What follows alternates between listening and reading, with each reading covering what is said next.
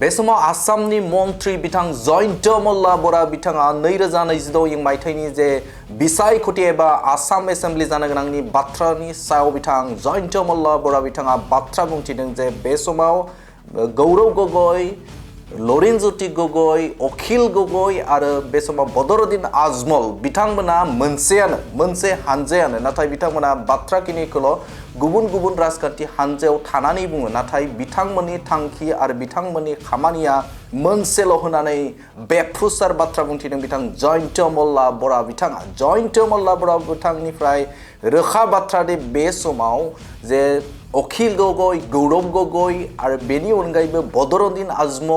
आजमल बिथांमोननि जे साननायफोरा बिथांमोननि खामानि मावनायफोरा एखेयानो नाथाय बिथांमोना फैबाय थानाय आसाम विधान सभायाव माबा मोनसे रल लानो हागोन बे रल लानो हागोनखौ जों नुहुरा आरो हानाय नङा होननानै दाबि खालामदों बिथां जयन्त मल्ला बर' बिथाङा आरो बिथाङा बुंथिदों जे फैबाय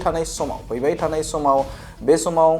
बीजेपी राजखान्थि हानजायानो गोख्रों भाबै बाहागो लागोन आरो देरहासारगोन होननानै बाथ्रा बुंथिदों मन्त्रि बिथां जयन्त मल्ला बरा बिथाङा आरो बिथाङा रोखा बाथ्राखौ बुंथिदों एबा अजद होदों जे बे समाव राजखान्थि हानजाया बिथांमोना मोनब्रै राजखान्थि हानजा मख'नांगोन जे बे समाव कंग्रेसनि एपिसिसिनि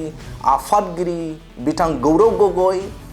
लरेनज्योति गगৈ अखिल गगৈ आरो बदरउद आजमल बिथांमोना गुबुन गुबुन राजखान्थि हानजायाव थायो नाथाय थेवब्लाबो बिथांमोननि थानाय आरो बिथांमोननि जे राजखान्थि हानजाया गुबुन गुबुनब्लाबो नाथाय बिथांमोननि थांखिया एखेयानो बिसोर मोनसेयानो होननानै अजद खालामदों बिथां जयन्त मल्ला बरा बिथाङा आरो फैबाय थानाय जे 2026 मायथाइयाव जानो गोनां बिसायख'थि बे बिसायख'थियाव गोख्रों भाबै देरहासारगोननि बाथ्राखौ मख'दों बिथां जयन्त मल्ला बरा बिथाङा বিধানসভাত গৌৰৱ গগৈ কি ভূমিকা হ'ব আমি নাজানো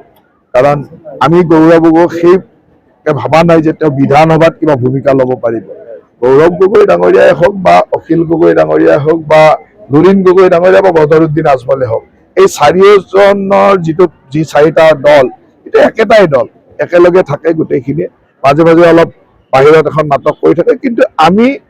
যিসকল মানুহৰ ভোট নিবিচাৰো তেওঁলোকে সেইসকল মানুহৰ ভোটেৰে আগবাঢ়ি গৈ থাকে বা লাগি থাকে গতিকে আমাৰ তাত কোনে কি কৰিছে কি ভুল হ'ব সেইটো আমি গুৰুত্ব দিয়াৰ প্ৰয়োজনো নাই কিন্তু আমাৰ এটা বিশ্বাস আছে যে মুখ্যমন্ত্ৰী ডাঙৰীয়াৰ নেতৃত্বত আমাৰ যি ৰাষ্ট্ৰীয় গণতান্ত্ৰিক মৰ্চা এই গণতান্ত্ৰিক মৰ্চাই খুব ভাল ফল দেখুৱাবলৈ সক্ষম হ'ব